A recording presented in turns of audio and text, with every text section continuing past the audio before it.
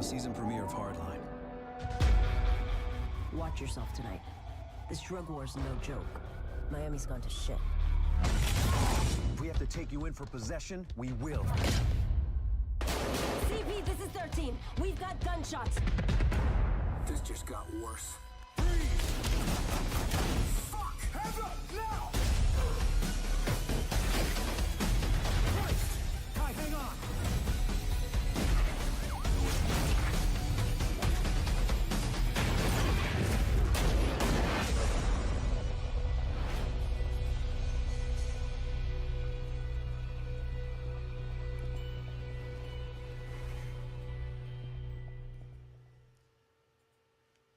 What's up, guys? This is Jordan here from Techfez, and today, as you can see, our main topic is going to consist of Battlefield Hardline. Now, we're going to get into some other things followed by that, such as Final Fantasy, Mario Party, Ori and the Blind Forest, Resident Evil Revelations 2. Kobe's going to get into GTA Heists for a bit, City Skylines. We're going to be talking about Halo 5 as well, and also our experiences with some of the Armed Forces camo headset and controller. So before we get into it, let me introduce my fellow podcasters today. So I'm John117, guys. And I'm Kobe. So, yeah, as you can see, we're going to be jumping straight into Battlefield Hardline. So we'll get some gameplay for you, and we'll just talk about our discussions, what we thought was really good about it, what was bad, and what could be improved with it. So we'll start off with some gameplay, and yeah. So I gotta start. John, how was your experience with GTA with Battlefield Hardline? Beg your pardon, Battlefield Hardline. Personally, I liked the multiplayer to say, but the single player I wasn't very impressed with. I thought that for a first-person shooter game, especially Battlefield, we're used to being in the armed forces, taking down pretty much all enemies. In this one, it was more of a stealth-based. You kind of, I suppose, mainly running around like trying to hide because you're a cop, which I didn't like. I was just like, Battlefield is not a stealth game. They should never have done that. But multiplayer-wise, I was having a lot of fun in going around sniping people as you usually do, or just getting explosives out and blowing people up in cars or so forth. I'm gonna say a lot of fun in the multiplayer. Like, I wasn't really much of a fan of previous Battlefields. Like Battlefield 3, I love. Battlefield 4, I was a little bit skeptical of, like with such large servers. But this one is massive. Like, I'm talking, there's 66 players, 32 on each team.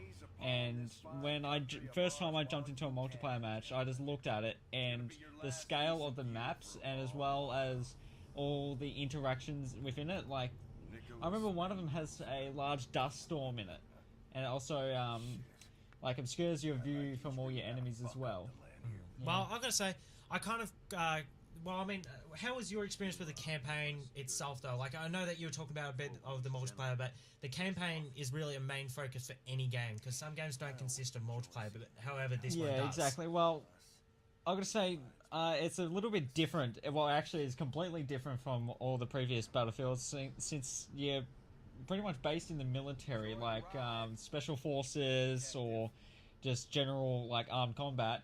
This one puts you into like the streets of Miami as a police officer, and you're fighting drug lords, and you're also like taking on the role of a mastermind criminal, like robbing banks and like generally just taking down the police.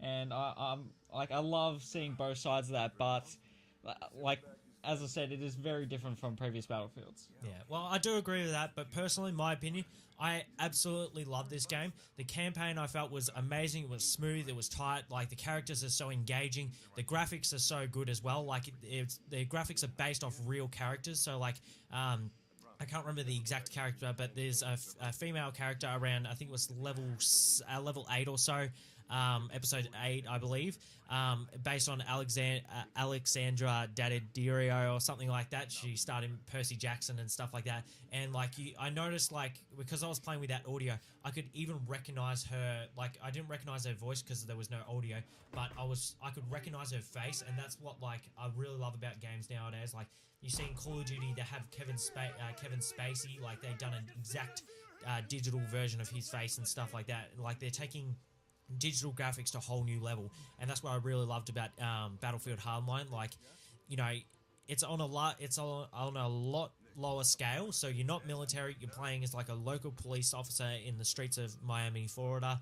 So you play as Nick Mendoza, who's kind of like a rookie cop caught between between corruption and civil peace and stuff like that, and he really gets caught up between these two worlds.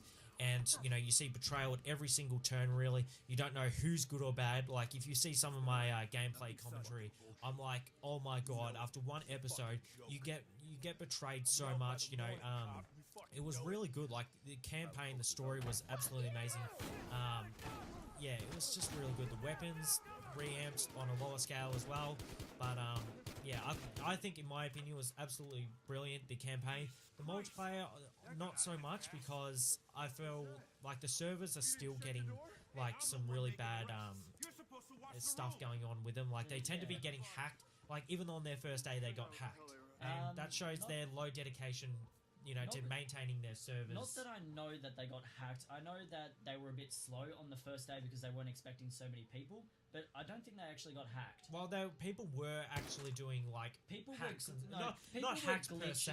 Yeah, people were glitching through walls and so forth, but they weren't hacking. I wouldn't. Yeah, well, I mean, I know that their servers were getting DDoS and stuff like that. I was reading, and Kobe was telling me here that that their servers were. It was all over the internet and stuff like that. That their servers were getting DDoS. Like, people were, it wasn't hacking. Hacking is such a extreme word nowadays. Like, but in a sense that they were manipulating the rules of the game in the multiplayer sense. But still, don't let that discourage you. I mean, the gameplay is amazing. So yeah, well, as I said before, I disagree. I find the opposite. I prefer the multiplayer towards the campaign.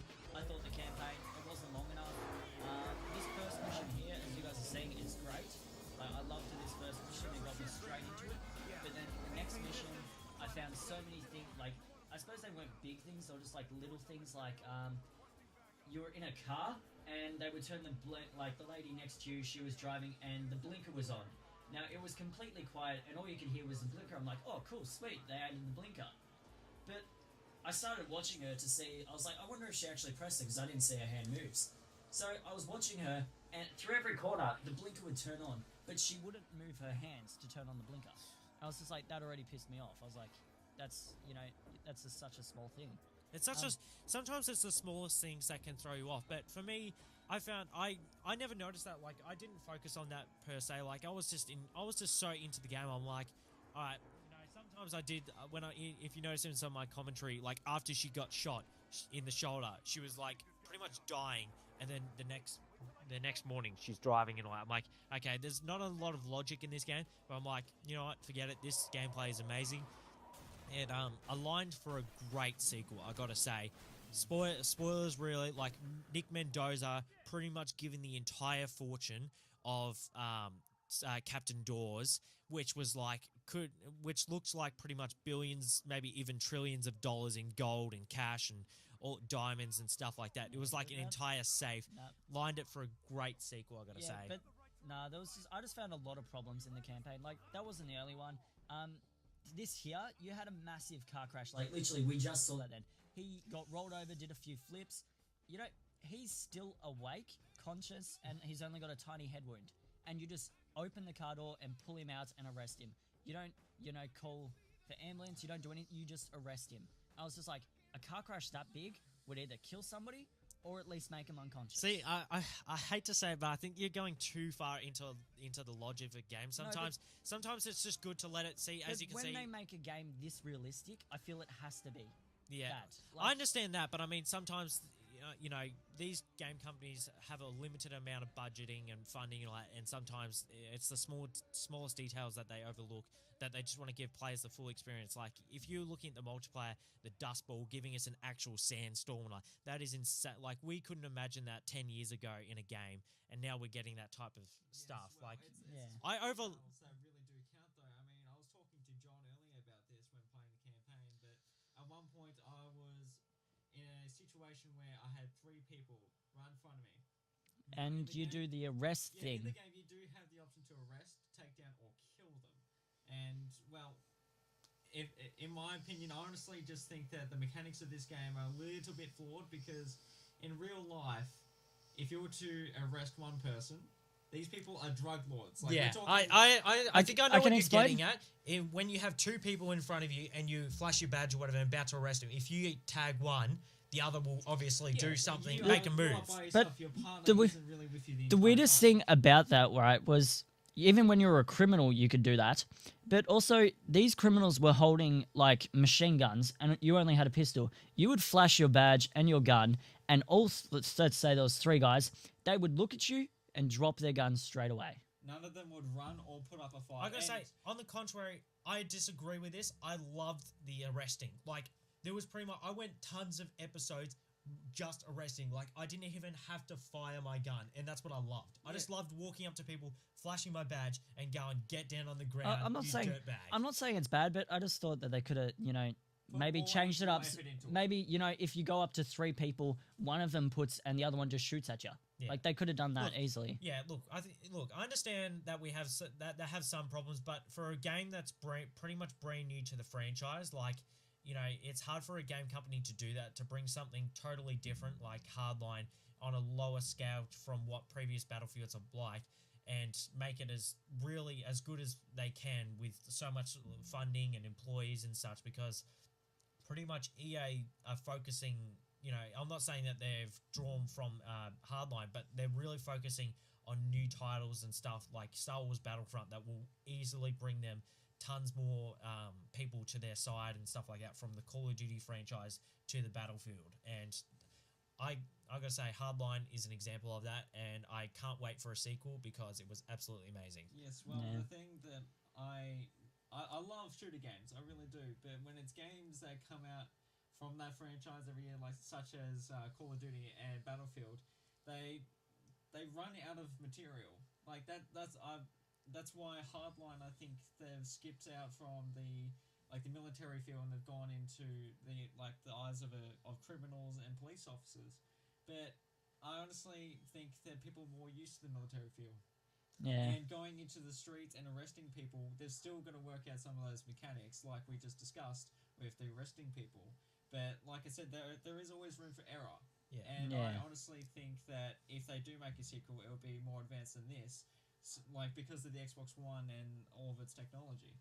Yeah, I found, just to wrap this up, I found that this game had a very good similarity between Call of Duty Advanced Warfare, like some of the Call of Duties and previous Battlefields, as well as Payday.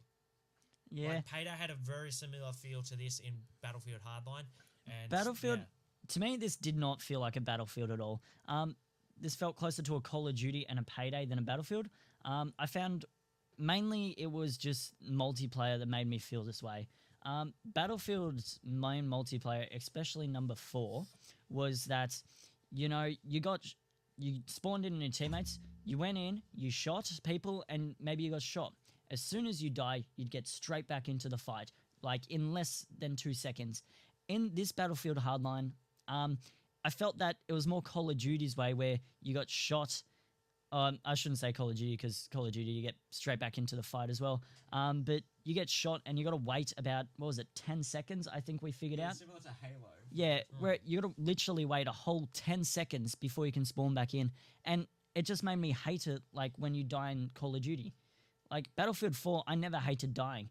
But this one, every time I died, I got annoyed, just because I know I had to wait. Yeah, I do agree with that. Hardline, I feel, when you, in the multiplayer, when you die, I feel it takes so much longer than, Yeah, to respawn, which really pissed me off. Which was annoying, but sometimes with the game modes, with the new game modes and such, sometimes it's not the worst thing in the world to just go back. It's a couple of seconds. Yeah, but well, I love the new game modes that they brought into it, and seeing so much stuff that they put into it, especially.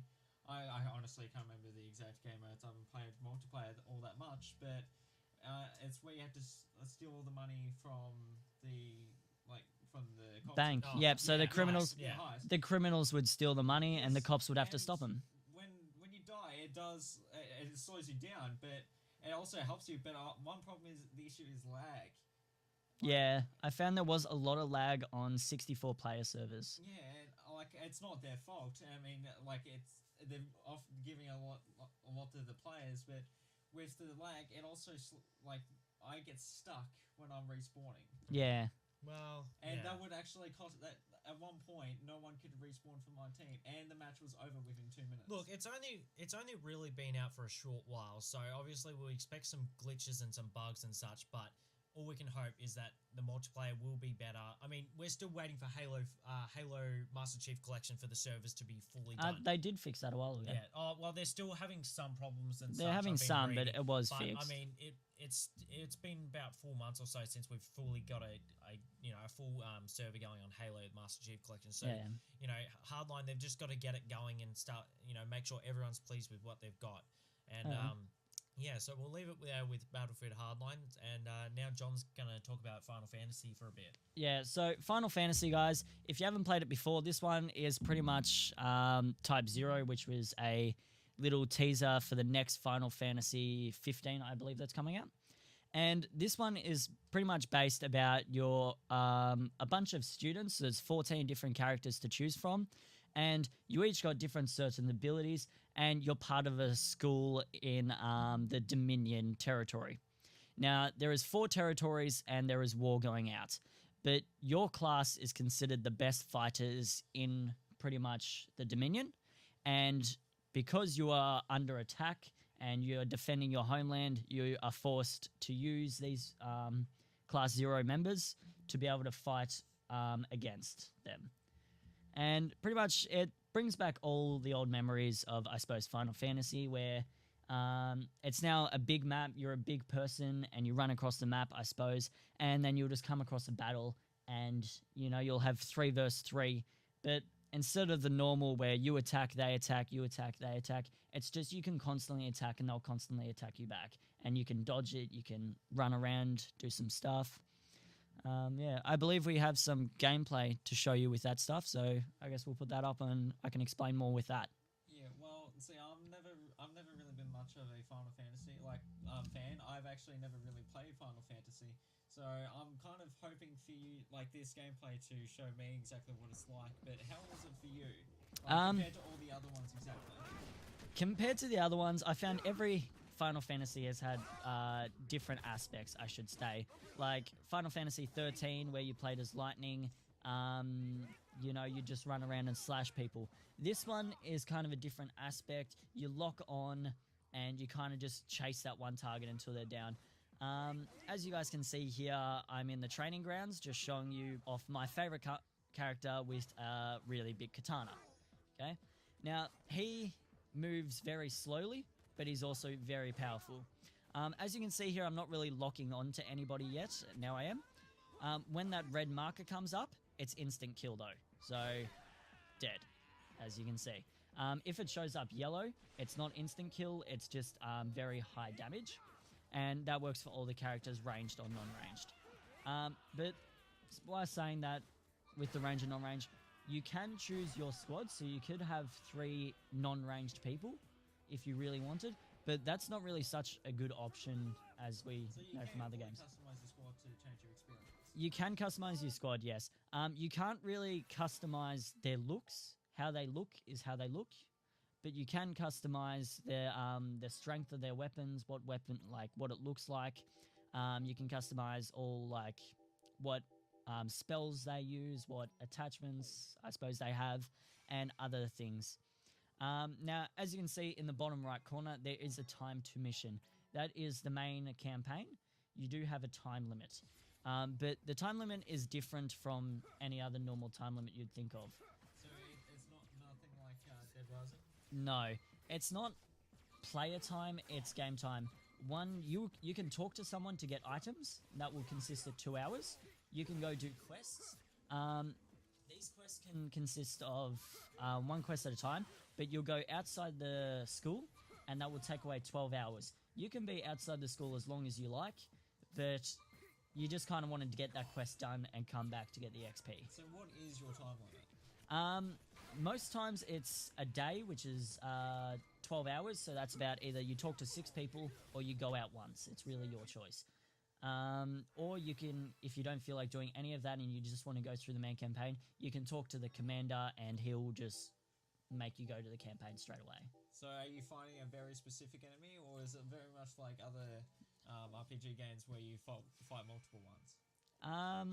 it's kind of like you find multiple ones. Like they say, go to the cave and fight this wolf. You go to the cave, you got to fight a couple of wolves until you find the certain wolf you got to kill. Okay, so it's just completely different enemies. It's not like you're fighting one certain empire, like a certain villain that's in charge of everything. You are fighting like 3 other groups technically. So you're the Dominion. I can't remember them off by heart. And the Dominion is under war with all 3 groups. And it's pretty much you guys were at peace, but someone broke that treaty, and now it's just full out war. Everyone's trying to take over the world. Okay, then. So yeah. And Sounds pretty good. you are a bunch of students, and you do go out and just completely wreck. Though, guys, if you do die, don't be afraid. I think dying is a part of this game. You seem to die a lot, and you don't lose your characters for say. They just die, and then you go straight to the next character in line. Okay, then.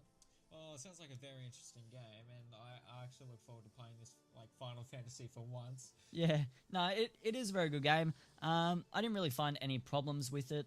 It was smooth, it was fast, everything was really easy to do, understand. And yeah, and there is comedy based in it. Like you do find this Koopling dude, which has been in most of the Final Fantasies, and one of the girls makes the jokes how he goes, "You can call me anything." And he goes, "I'm going to call you Mogling." Oh yeah, Yeah. I remember Yeah. that. And then she's just like, "Well, how about I just call you this?" And then she's, "Oh, Yeah, and then the Koopa's, no, not Mogling, just Mog. And the guy's, and he's just like, no, Mogling. And then he's just like, oh, I'll tell you my real name. And says some Spanish And then, name that goes yeah, forever. It's something like it's got like I don't know, it's like- it's got like 50 letters and like 3 words. Oh my god. And she's like, no, Mogling's good. Yeah, Mogling's good. I think I So, remember yeah. watching that. I'm like, this seems like something you'd watch from like an anime show or something like that. It is pretty funny. It's good. But anyhow, next up, I believe we have Mario Party. So, yeah, all right. So, Mario Party 10 has just come out. This is really good. So, if you as you can see here, we actually got a special edition box. So, you can pick this up pretty cheap depending where you go. EB have it around, I think it's 90, I think it's $80 or so In Australia. in Australia. But if you go to like Target and stuff like that, you can get it pretty cheap. You just got to really look around and see what who has the best deals and stuff like that. But as you can see in here, you get it's just a box pretty much. You get some details on the box on the back. You get inside, you get the game itself. Which we'll talk about in a second. So you get Mario Party 10 plus a special, pretty much a special edition Mario Amiibo collectible figure, really. Which I have talked about before. Amiibos are pretty much just these little statue things that work with most games on Nintendo these days. And they're just cool little statue figures, or you can actually, interrupt them with the game. Yeah, well, yeah, we've had some experience with Mario Party, so with Mario Party 10 on the Wii U. So there's 3 game modes to have. So there's Bowser Party, which can have up to 8 players that take... 5 players. Oh, sorry. 5 My players, yeah. For up to 5 players, take part in a showdown between Bowser and Team Mario. So 1 person can be Bowser, and 4 people can be any 4 characters. There's Mario Party where Do we you have just gameplay of this? yeah, sorry, we do have some gameplay of this. We Yeah, have some thought Bowser Party gameplay. Unfortunately, we don't have any Mario Party because we needed more people, and I was just playing it on my own just to have a quick test around. So you can have Mario Party where you can have everyone playing pretty much, and you all just compete to get some stars and just win the game. Then you have Amiibo Party, that John kind of knows a bit about. Amiibo Party is kind of like the old style. So with Mario Party itself, it's how can I say, you got like you're in a train and you just all go as a team, which a lot of people actually really hated. So what they did is they continued it for some reason, and yeah.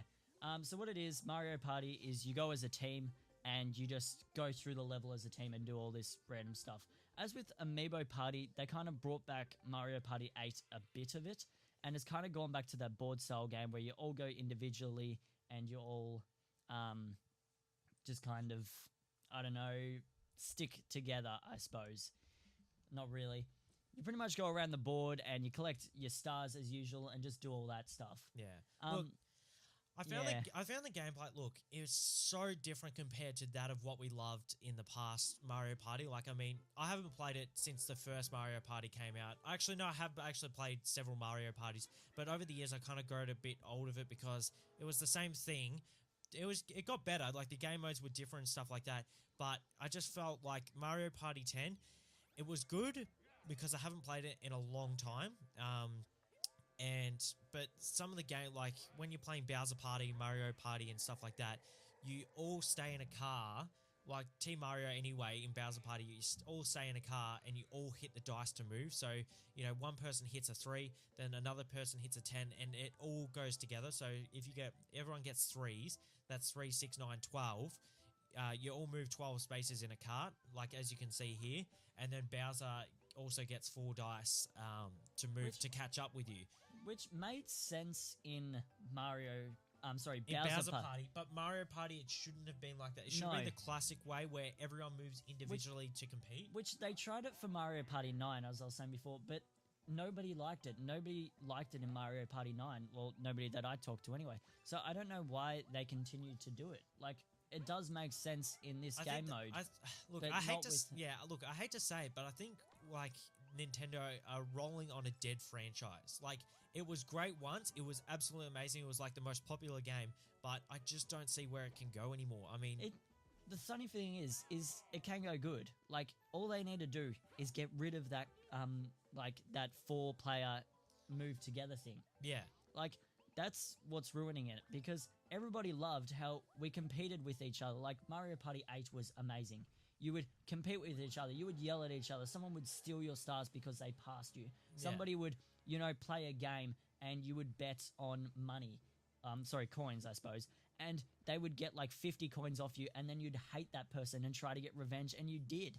It was just so fun. It was a game that pretty much tore friendships apart, just Yeah. like Monopoly. But I mean, this one, you're all just working. doesn't. You hate each other even more because you're right. If you're one space away from a star or whatever, and the other person rolls it, you're like, this is bullcrap, really. Which with Bowser Party, it works because it's Bowser versus the party. Bowser, I completely understand. I understand what they've done. They've nailed that. But for Mario Party, you got to make it single Nintendo. Yeah. Everyone has to roll individually, not in a cart. And look, I will get the next Mario Party. I would, but I just want Mario Party to be the classic way we played it, and that's what we need. Yeah. Amiibo Party, that was the greatest idea that they could have ever brought. The Which Amiibos was good because they brought back a bit of Yeah. Mario Party 8. Not it fully, I a think bit. Amiibos are the greatest thing pretty much to happen to Nintendo, because I was reading actually a while ago that Nintendo profits in hardware and software went up 200% in the early 2015, late 2014. And when I saw that, I'm like, I don't think this is real, but it was. Everyone had a demand to get Super Smash Brothers, Super Mario Brothers, and everything. I'm like, I really want to get like a Wii U myself, a DS, like, because these games have come back and they're absolutely amazing. Oh well. Apart from the actual game of Bowser Party, how did you actually find the mini games? Because that's the main aspect of these games. Yeah, the mini games were they were fun. I mean, I loved playing on the Wii U, the controller. On the Wii U controller, you play from Bowser's point of view, but then when you're looking at your TV, you're looking from the character's point of view at Bowser. So look, it was confusing at times. I'm like, what do I look at? Do I look at my screen, or do I look at my controller Kinda look screen, at both or at do the I same look at time. the TV? I'm like, all right, I'll kind of do both in a way. Sometimes it was great looking at the TV, but then sometimes it was better looking at the screen, and that's what I like. You can even go in the other room. Like, if you want to go to the toilet, you can sit down and play Mario Party. You can go I don't anywhere. reckon some games, really had to look at the screen to figure out.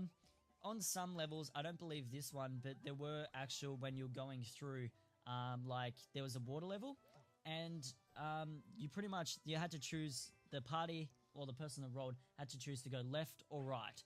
Now, one way was bad and one way was good. And Bowser actually got like a graffiti feature where he could either trick him, tell him the truth, or just mess around with them and draw a picture of a smiley face and say, I'm not going to tell you anything.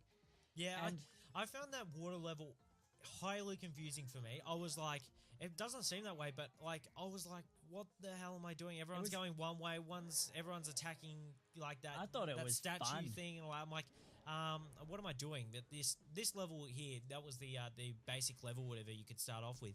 I love this, and that was what and then once I went to the water level, I'm like, what am I doing? Like, where am I going? People are doing like graffiti and stuff like that. I'm like, all right, I'm just gonna stamp everything and do that's what I what done. I did. And I'm like, oh, okay, I lost. I'm like, all right. Yeah, and then you also got like Bowser's level, which is kind of different, where they had a similar thing but not the same.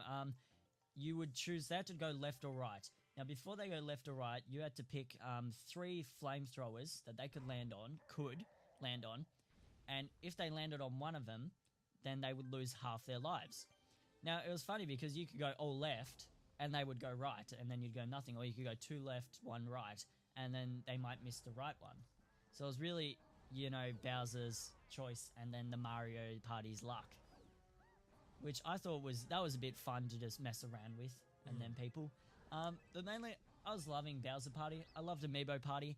Mario Party, Not so much. No, Not they so need much. to change that. They really do need to change that and make it what it was, the classic way, because, you know, it wouldn't have stopped me from purchasing the game because I really wanted to get it and review it and see what you guys thought and all that. But if I knew that, I would have been like, oh, I'm really shady of what I'm buying, because Mario Party, I thought it was exactly what what it was from my childhood and stuff like that. Yeah. Yes, well, I remember like when we were like little kids, we would play Mario Party, and it was very similar to Monopoly. Everyone takes their own way, and someone would be ahead. But even if you're ahead, you can land on something, and you can Steal destroy all the their game. stars. Yeah, you can destroy the game for everyone else, and that's what I loved about it. And I haven't played this one, but looking at the gameplay, I feel like this is very similar to what Evolve and Dying Light have done. They've put all the people that stick together in the same boat, and the one person like this is Bowser, and they're trying to oppose them,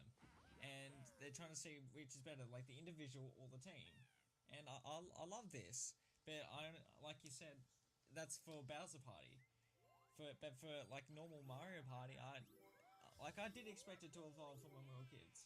Yeah, well, it had exactly to. like this. It had to, but I thought it might have kept that classic way we play. But I mean, even John was saying to me a while ago, or whatever, about Bowser Party when you're playing with 5 people, or whatever, Bowser cannot win. Yeah, we had me and my other mates. Sorry, guys. Me and my other guys. We actually tried, because I was just like, you know, we haven't seen Bowser actually win yet. Let's try to make him win. But obviously, we weren't going to try to let we weren't going to lose in the mini games. We were going to try as hard as we can in the mini games, but we were going to purposely roll low, purposely land on this stuff, which we did. But we still ended up winning, which I was just like, we landed on pretty much every negative. We landed on a lot of the Bowser Jr. maps that, you know, they spin the wheel and they change the map up. We landed on a lot of things. We purposely, you know, chose the wrong things, and we did a whole bunch of stuff where we worked with Bowser to try to lose, and we still ended up winning. And I was just like, that is not fair. If we try to lose and we still win, how is Bowser supposed to win if, you know, he's not even trying? Yeah, well, you know, we just have some things for Nintendo. Just change it, Mario Party, back to the way we look. I love the Everyone graphics, loves I it. love the mini games, but we just want to everyone to roll individually and be on their own, go their own way, do what they want. Which was Amiibo Party, but it was only a small snippet of it. You only got a small yeah. bit of it, which I was like, nah, that's not fun. Well, so make sure, guys, you pick up this special edition if you can. Look for it pretty cheap, you are getting because this game. look, the standard it's only a little bit more. It's not that much. When I say a little bit, it could be like $10, $15 more, and you get a Mario amiibo plus the game.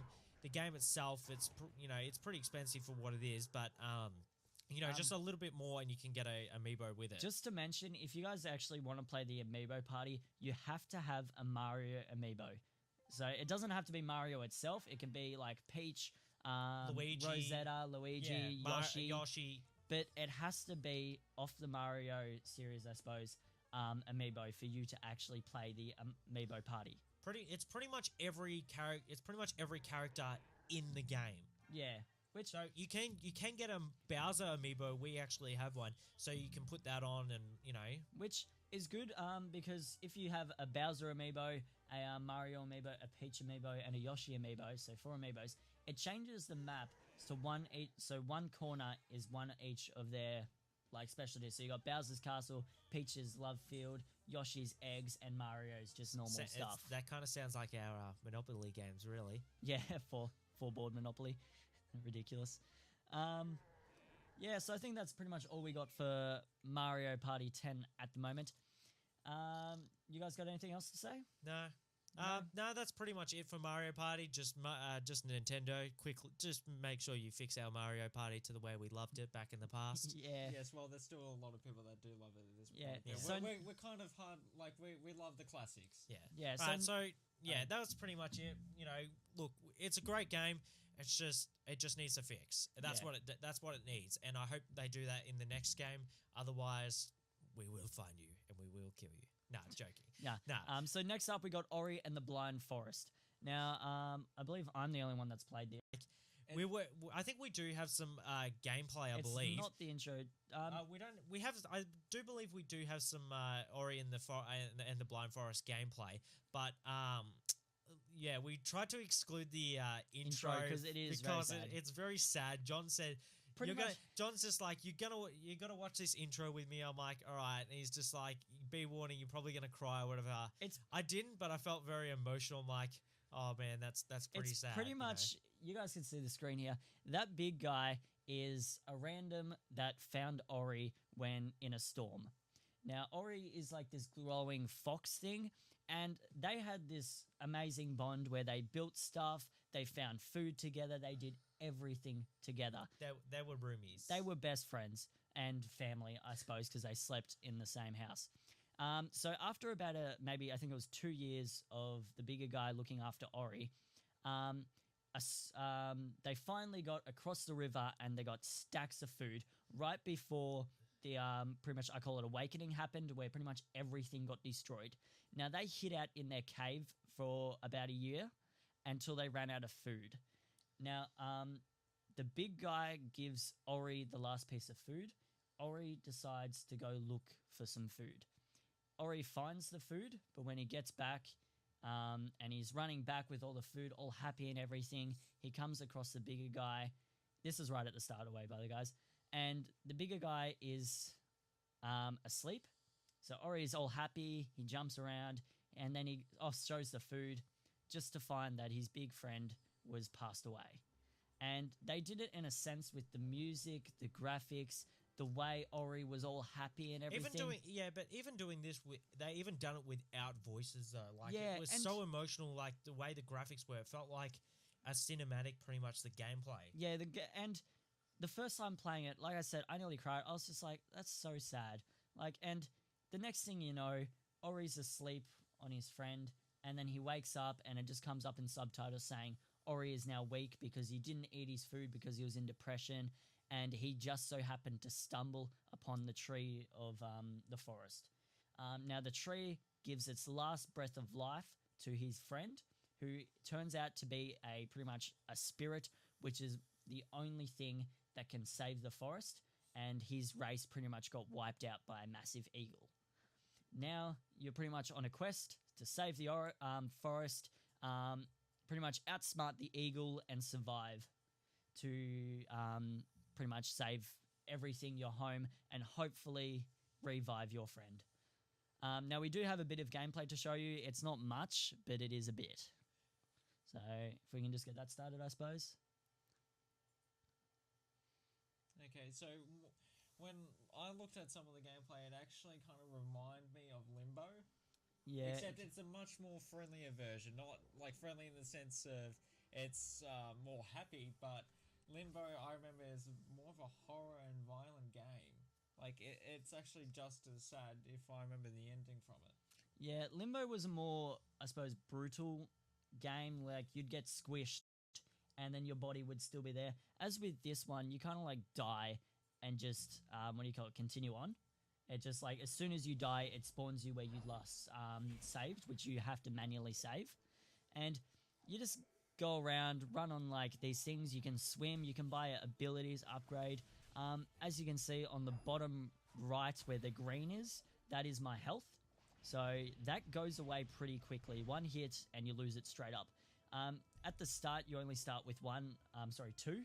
So at the start, you're dying like pretty much left, right, and center, where you just like, get hit and you don't even notice it, and the next hit, you're dead. On the left is I call them abilities because it's not really spells, but it kind of like is spells, where you go around and you either, do a slam, do an ability where you can hop off projectiles or just go off things. And, to me, this game, it was really fluent, it was fast, there was no glitches, there was nothing, it was beautiful, and you could just do things smoothly, freely, and quick.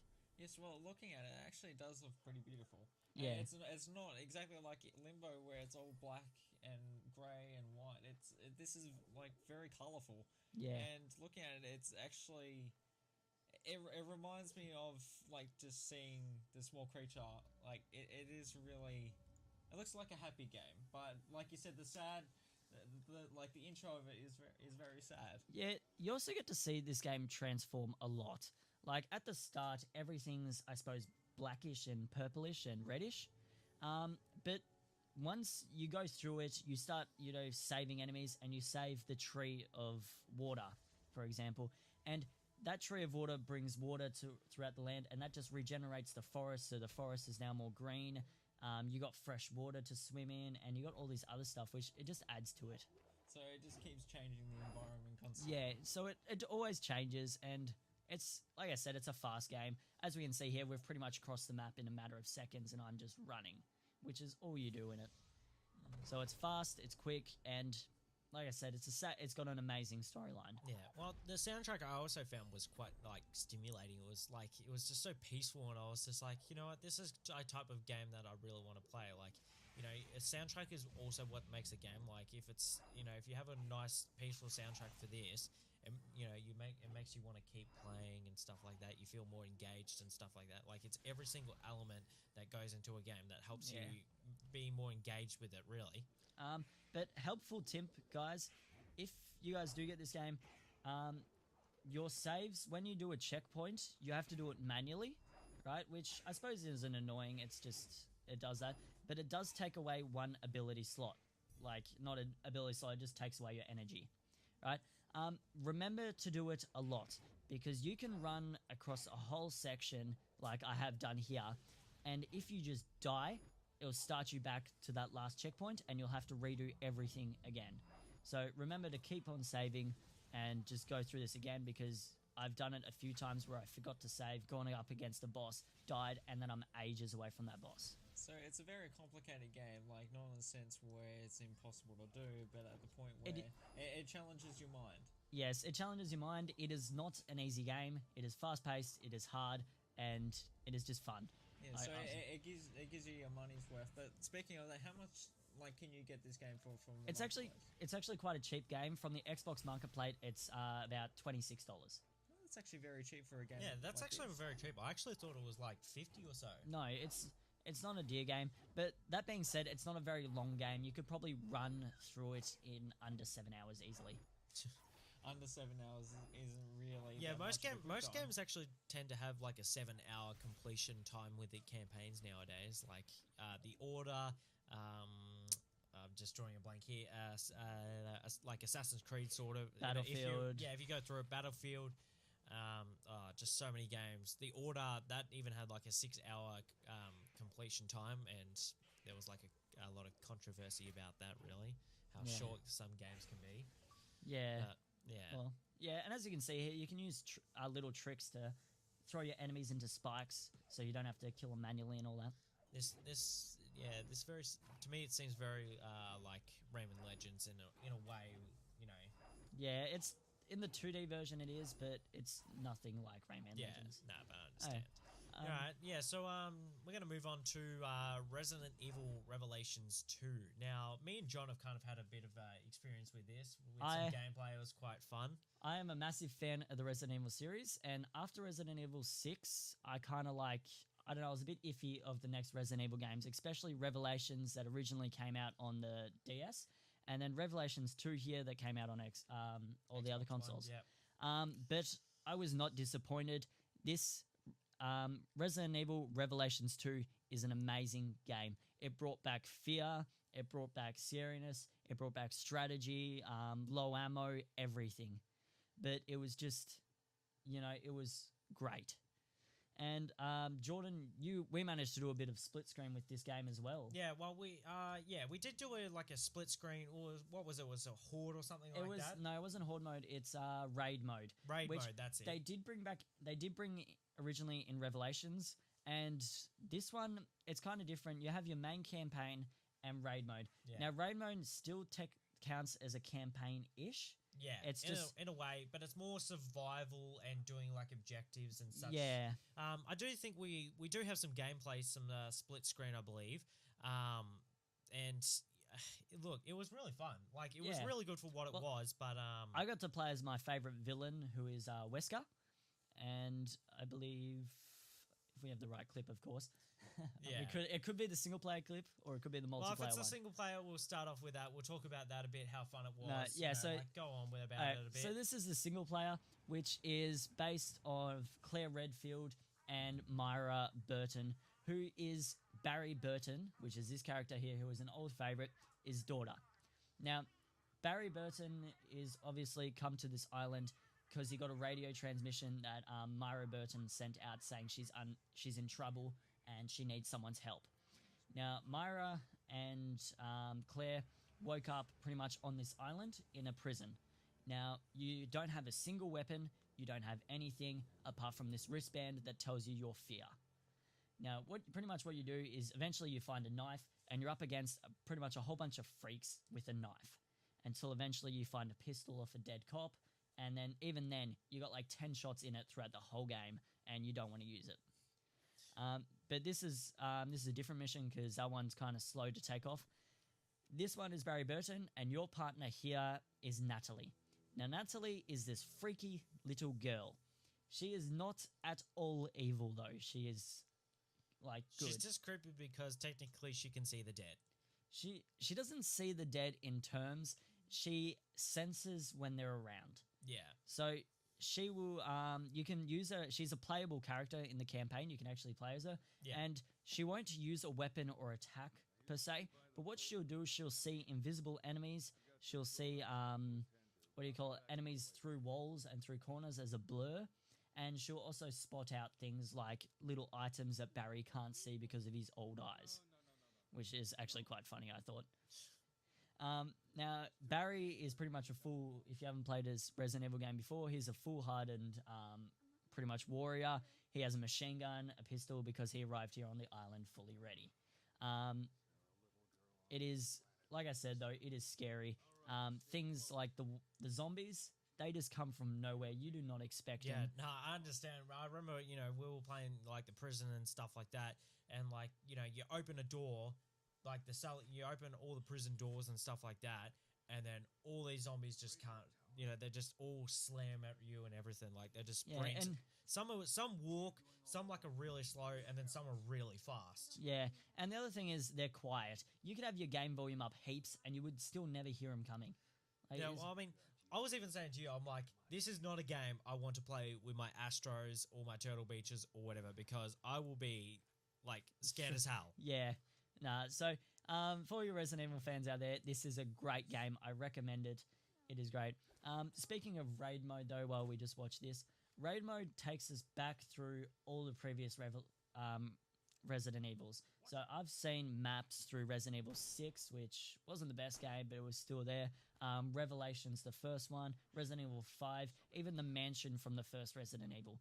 Like, they brought all the maps back for raid mode just to get everybody the feel of Resident Evil.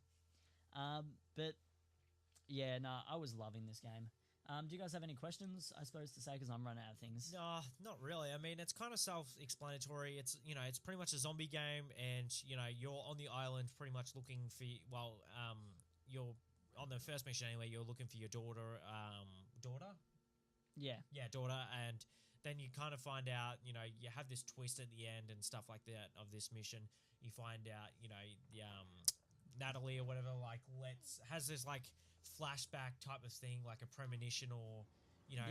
This bit here was actually really freaky, right? Because you go to open the door and Natalie goes, "What's that?" Right?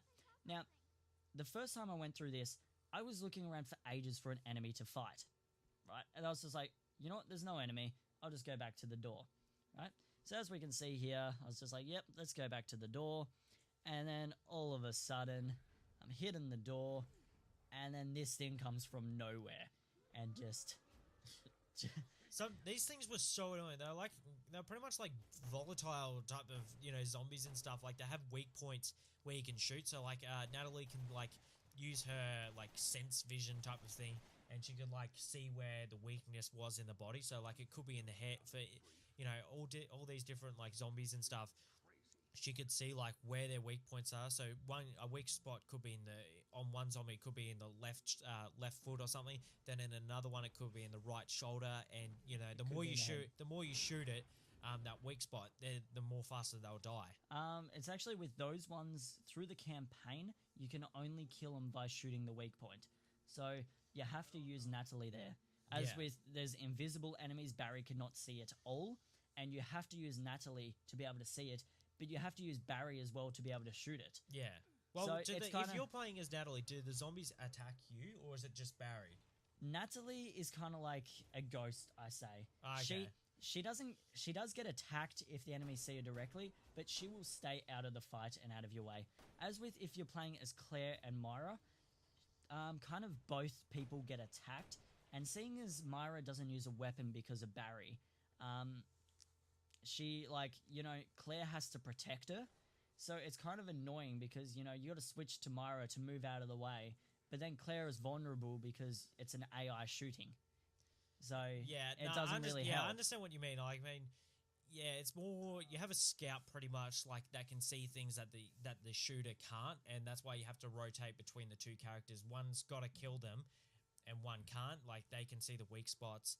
It's quite interesting how that works, but for me, like a game like that, I would be scared just on my own, even if I was just like, if I had a partner, you know. But the fact that you have to keep switching to find a weak spot, like in a split second, so that you can kill the zombie. Yeah. The good thing about this game is it is co-op. So if you do have a friend with you, you can pass the controller. So let's say I play as Barry and Kobe here will play as Natalie. He'd pretty much do nothing except for spot out enemies for me and tell me where they all are so I can stealth them. I haven't actually ever played a Resident Evil game before, so like I'm just watching this and I'm actually quite fascinated to see this because looking at this, I'm reminded of the Sniper Elite, like how the whole shooting thing, but like I'm also just wondering, is there any aspect besides the whole supernatural sense thing? Is there any aspect of this that's new to this franchise, like in this game, that is different than the others? Not really. It's pretty much the same. A virus has... actually, no, this one is completely different now that I think of it. As like the other ones, it is mainly a virus and you're sent to take it out along with its leader or the boss. So like an extermination thing. This one is kind of like the person that is the boss kind of puts you in this thing to find fear to become a god. And what they're trying to do is they're trying to make you be afraid. Because the wristbands that you see on Natalie here, Myra and Claire, when they go red to fear, that's telling them that they're about to turn. Now, this virus in particular, if you get too afraid, you turn into one of these things. So is that, like, with the whole jump scare thing, that also increases the fear? It increases the fear, but not to your main characters. I do believe there is, if you're playing Xbox, and I think if you have the PlayStation Eye, there is a mode where you can change it to like the Kinect, where it will sense your fear itself, and if you get too afraid, that will start taking away your health. So let's say you're too afraid to turn this corner, or you're too afraid to keep on walking, it will start taking away your health and noticing that you don't want to play this game anymore. Well, that's a good thing. It's only for this game and not others. Yeah, Because so if it was me, I'd probably be dead within the first couple of checkpoints for other games. as you can see here, it's dark, it's scary, and you got to be fast. You got to be quick on your head.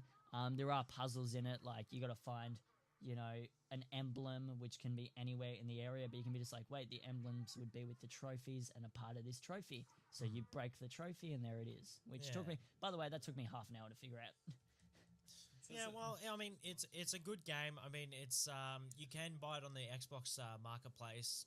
You can buy the episodes separately, can't you? Or you can buy the full game, or you can buy like episodes and stuff like that.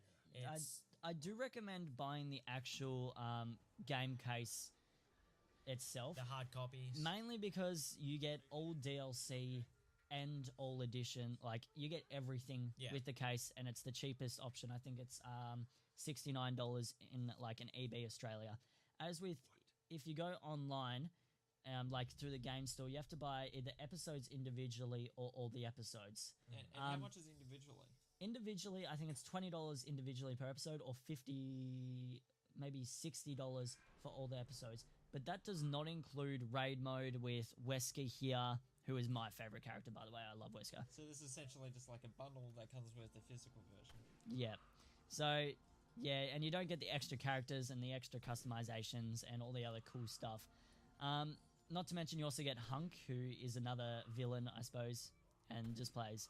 Not to mention, in raid mode, you do unlock more characters. So, Jordan, you're playing as Neil here on the bottom screen. I'm playing up top. As you can see here, the enemies do have health bars, but that's just because this is more of an action-based type of feel, where you know, it's more, instead of, you know, being stealthy and creepy, it's just here, we're going to give you some ammo, and you just go hell crazy and kill everything in our sights. So it's very similar to Gears of War when it comes to Horde mode. Like, the longer you survive, the more kills and XP, you unlock more characters. Yeah. Yeah, well, look, split screen was pretty fun. I mean, you know, it would be better doing co-op over 2 Xboxes, but hey, I had some fun on this. I was like, okay, this is my first time ever playing a Resident Evil game. I was like, okay, this is pretty fun. I actually might get this because, you know, you get a lot of fun out of it. You know, it's more survival, and if anything, and you know, the campaign itself, you know, speaks for itself. Really, you know, you've got to find Moira and stuff like that, and see what's going on. And It is very trippy what happens. Yeah. It unlike other Resident Evils where you actually win in the end, it is a very, very, very different. Like, you do end up winning, of course, but just what happens, you will not expect. Yeah, well, that's all we have really for Resident Evil. Our overall opinion is that it's pretty fun. You know, I love it. John loves it here. Yeah, I thought it was pretty good. It was good graphics, good gameplay. You know, it was good. Like the graphics and stuff like that. You know, the characters and like them. You know, you can interact with them a bit and see what, you know, you can feel sympathetic for, like Barry and stuff, and trying to find like his daughter, and you know, it goes through that story to find out the character's past and, you know, what happens and stuff like that. But yeah, so make sure you have a look at that on the Xbox Marketplace, if anything, if you want to get a digital. But you can probably get the hard copy somewhere from like EB Games or JB Hi-Fi or Target or wherever you really live closest to. But make sure you look for a good cheap price for that, because you don't want to be overcharged. Now, Kobe's going to be moving on to GTA 5 Heists. So this is probably the biggest thing to come to Xbox recently. Kobe's going to talk about it a bit. Yes, well, it seems to be kind of an area of expertise between us guys, but for me, and I'm really happy for it, because GTA fans have been waiting for Heist to come out for well over like a year and a half, maybe even less. I'm like, sorry if I'm overestimating the time frame, but it is extremely awesome. Like, when I think about it, it's a great addition to Grand Theft Auto Online, because if you remember playing the campaign when you're like doing heists, you'll just be doing yourself with AIs. Now, doing this online, you can do this between 4 people, like your mates or randoms in the game that can invite you. Now, there's several heists, there's at least 5 heists in total, but one individual heist, right, would include you doing 4 separate missions. Now, if I remember doing a humane raid heist, I would have to first I would have to steal key codes that would get me into the building. Second, I would have to steal a bunch of insurgent trucks. That would get me into the building itself and deliver an EMP. Now that EMP I will have to retrieve in a third mission. Now that mission, like, after you complete these individually, you will unlock vehicles, accessories, and even weapons.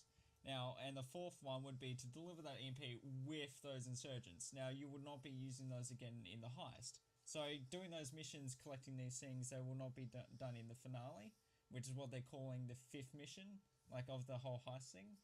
And that thing, they'll probably go for as long as 20 minutes or more, depending on the people you play with.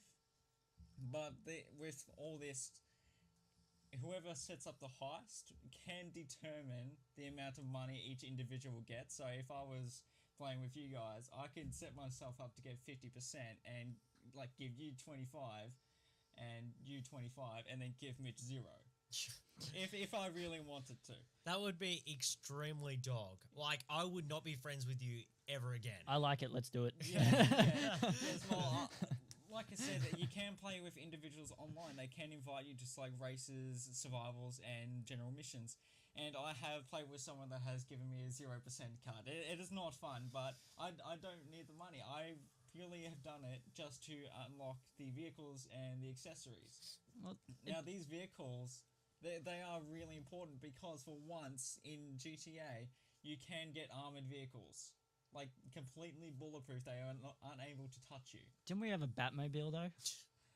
No, we have not received a Batmobile. But I swear there was like the most expensive car that looked like the Batmobile. Like we ended up calling it that, didn't we? Yeah, at one point we called it the Batmobile, and it looked like it, but no, it is not the Batmobile. I think if they'd done that like a Batman DLC, like $1, make it like $1 or something like that, even free. Do a Batmobile and your character can actually be in a Batman suit and drive all the way down the street with tons of cops. You could reenact Batman. Do your own best do your own GTA series. ever. Yeah, best GTA ever. Yes, well, actually, playing that, you get a whole bunch of other accessories. Like, you can get yourself rebreathers that can actually allow you to breathe underwater for as long as, like, 10 minutes or so. Oh, that's pretty cool. And that's very helpful, like, if you're trying to hide from the police or other players, if they're trying to kill you and you got a bounty. And you can also unlock night vision, which helps you a lot in the heist and also when you're playing with other people. So I also heard that you only get to have one shot at these heists. Is that true, or is that just me Okay. hearing things? You yourself, you'll get your own progress. Say, like, you start up a heist, you're the leader. Now, when you do it, that is your progress. If random people were to join you, their progress would stay theirs, but they're helping you. So technically, you could do the heist 4 times. Yes, you can do it as much as you But want. only lead it once. Yes, you can only lead that heist. I just mean, like, if you had 4 players, one person takes the time at Yes, you can do that.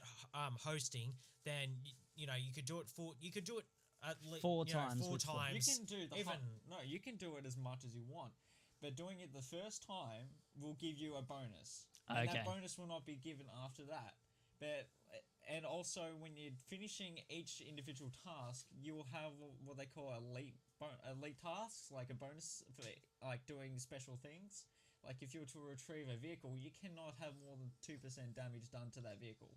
That will give you like an additional $30,000, which will help you because each individual mission, as I said, for a heist leading up to the finale, that costs the leader the money. Okay.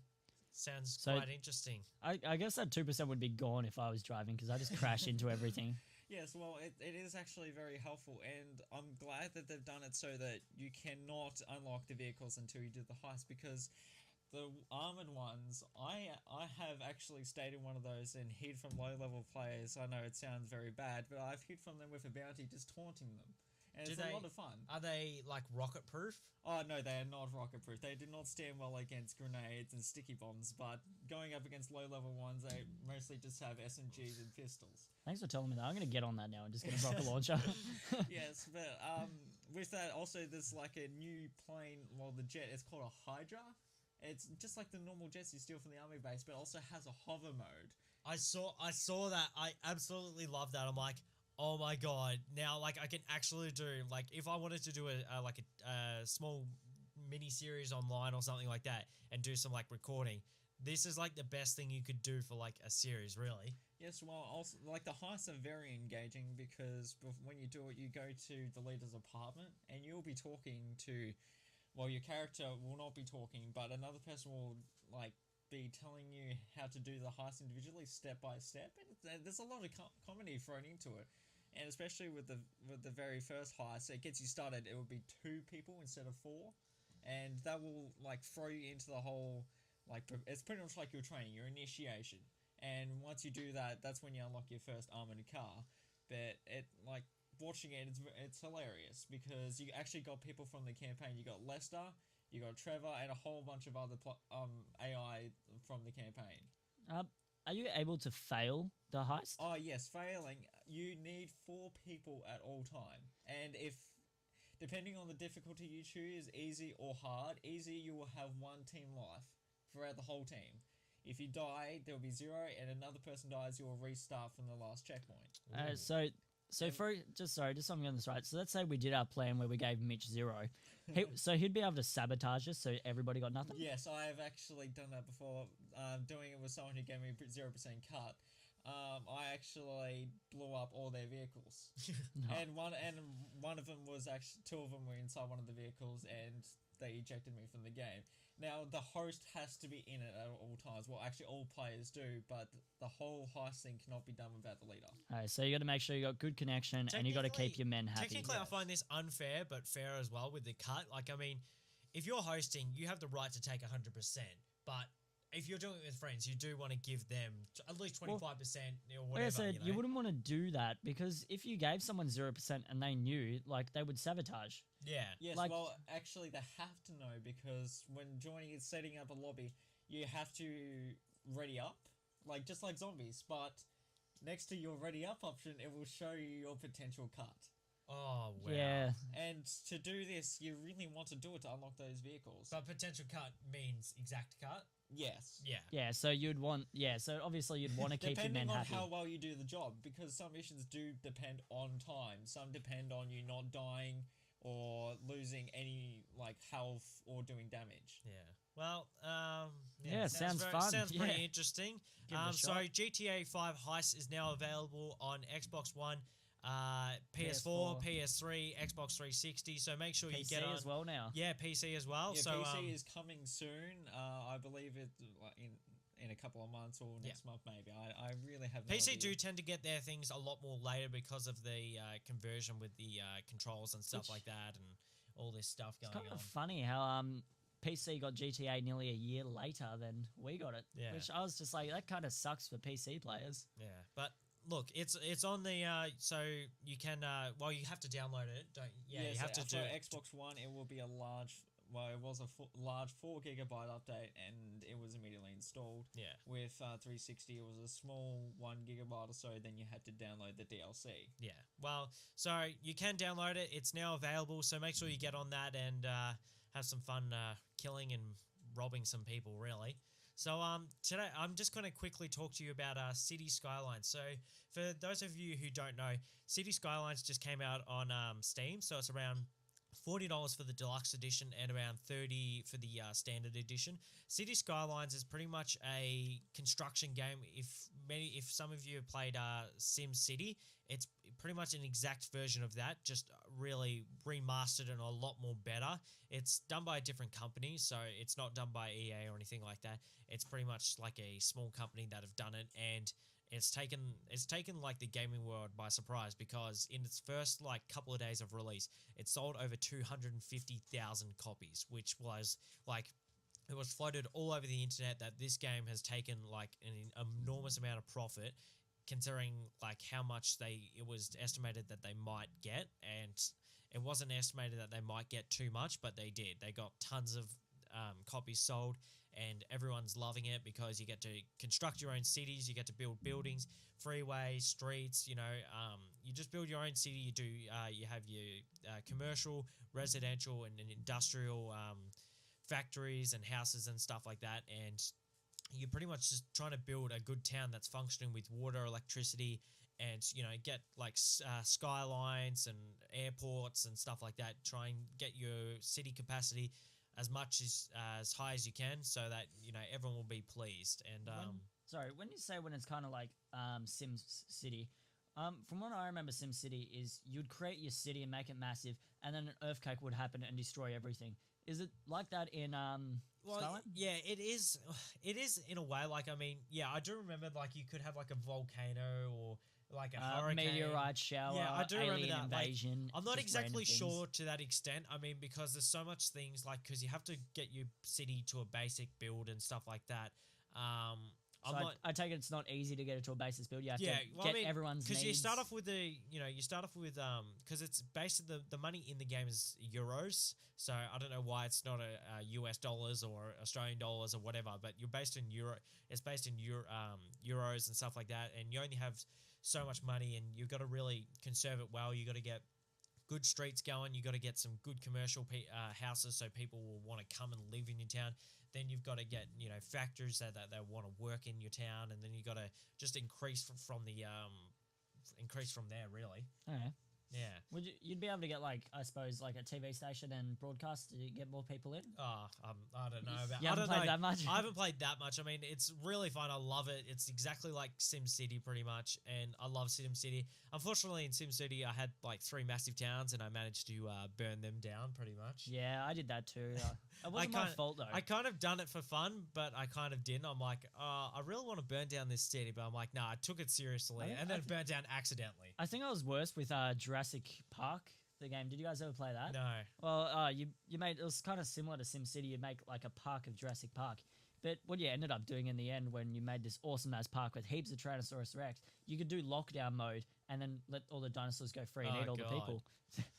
So that was horrible. That sounds amazing. I might actually. It's great for entertainment. I It might was fun. actually have a look at that. And It was hilarious. Old game, but fun games. Yeah, well, City Skylines, it's available on Steam now. It's around $40 for the deluxe edition, and I'm not exactly sure the extent of what you get because there's just so much more you can get. I think it's more cities, more DLC type of stuff.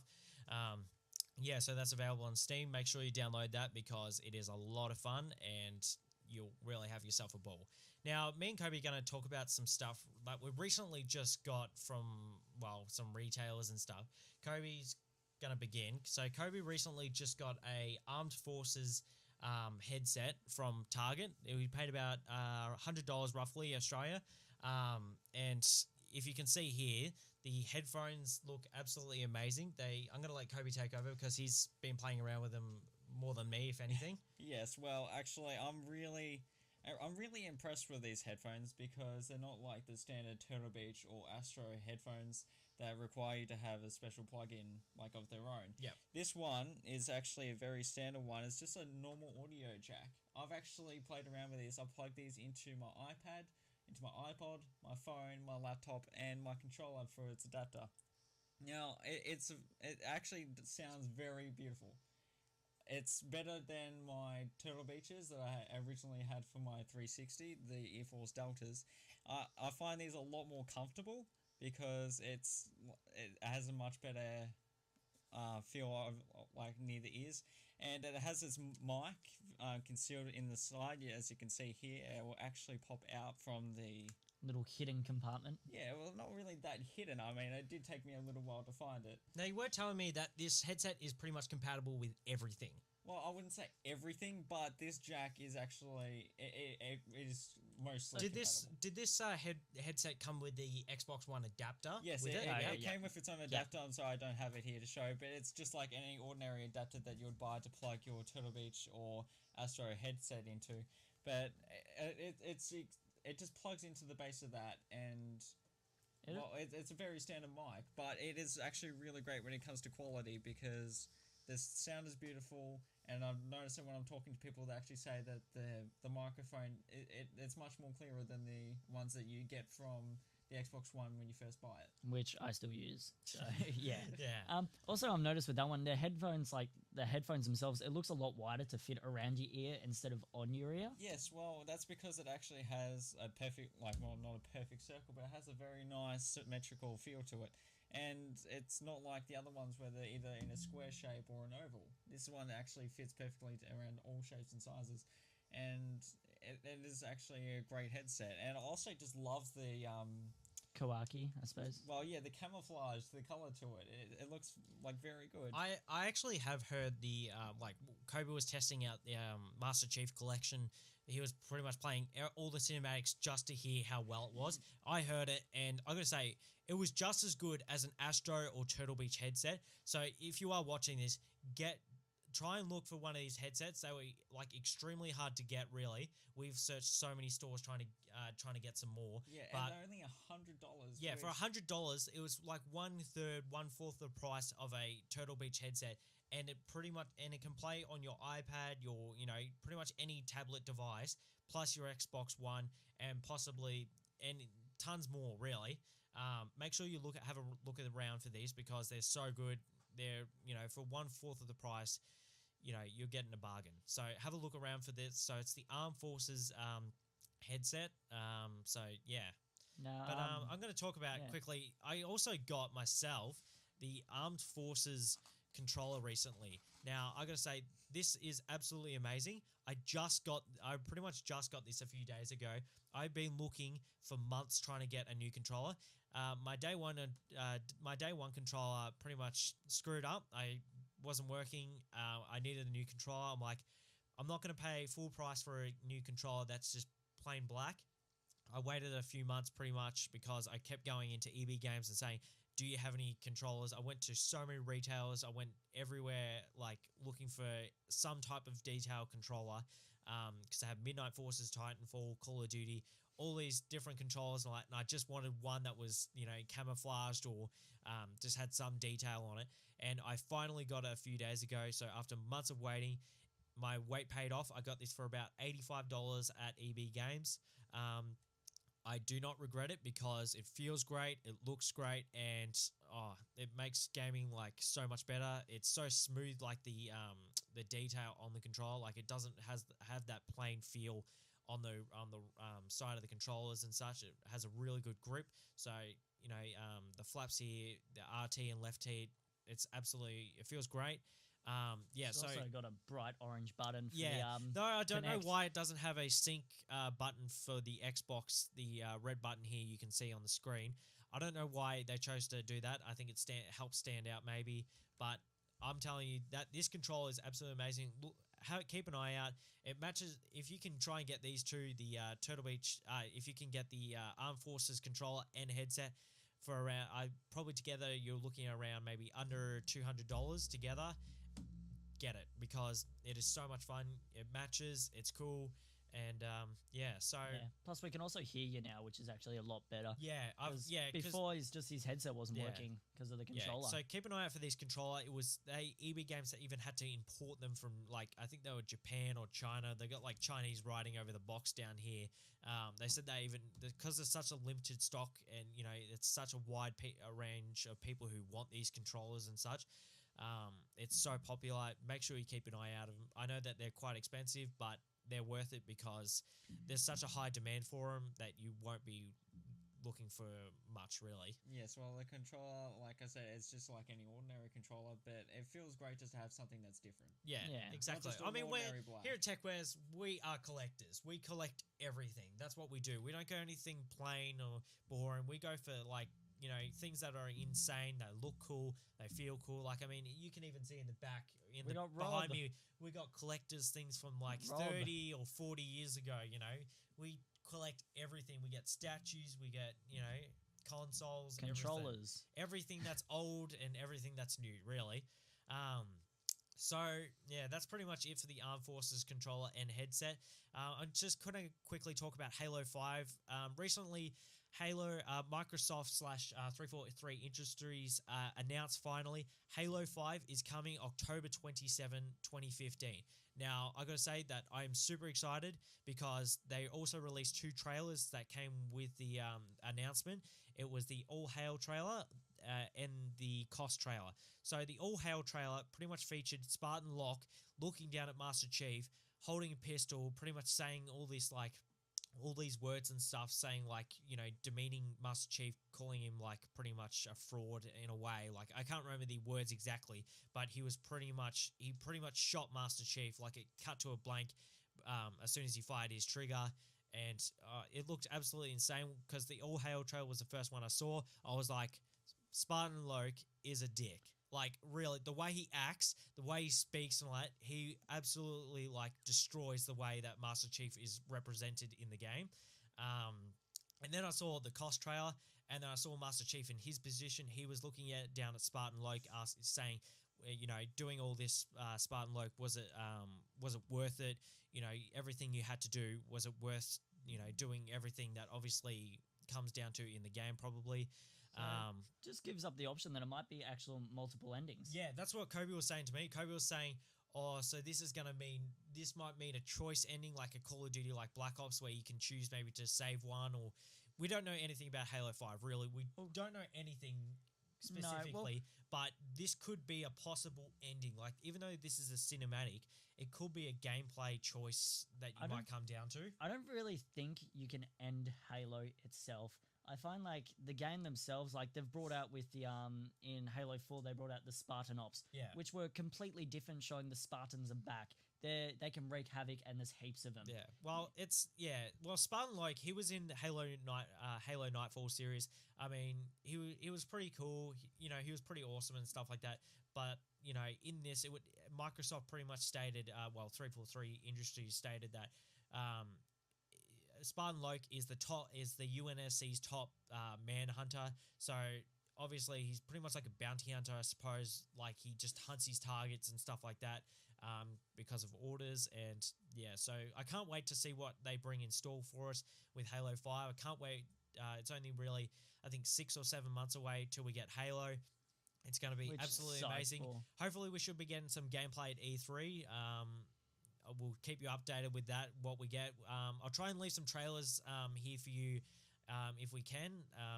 I know it's Copyright issues we're just getting some problems and stuff like that, but we will try our best to leave you some Halo 5 details, anything that comes out. Quickly, we're just going to say games deals of the week on the Xbox One Marketplace. It's still Rayman Legends and IDRAB or whatever it is. Hashtag IDARB or whatever. On the 360, the free games is Forza Horizon 2. It's like a Fast and Furious. It's got a picture of like a Fast and Furious car, and says Fast and Furious on the thing as well. With that, there's actually two different editions, because Forza 2 Horizon is coming out, or has came out recently. Has came out, yeah. That is an actual separate game to Forza Horizon 2 Fast and Furious Edition. The Fast and Furious Edition is kind of like a small version. It's kind of like a demo, I suppose, of it. Yeah. To show you what Forza Horizon is like, using all the Fast and Furious cars in the latest Fast and Furious. Though pretty much all the Fast and Furious cars are based off cars in real life. It's not like it's not like something that's been invented like a Batmobile or something like that. No, something unique to the Fast and Furious. Again, I would love to see in a game. Like, I suppose Batman Arkham Knight had it, didn't it? Yeah. Oh, yeah. Yeah. Which. Well, I mean, yeah. Well. Oh well. Yeah, yeah. Well, all right. Well, that's it for today, guys. Thanks for watching. Be sure to subscribe and like to Techfez for more tech gaming entertainment videos in the future. Be sure to like this video. Leave a comment below what you liked about this video, and things that you're hoping to see in the future. Yeah. So this is Jordan signing off. See you later, guys.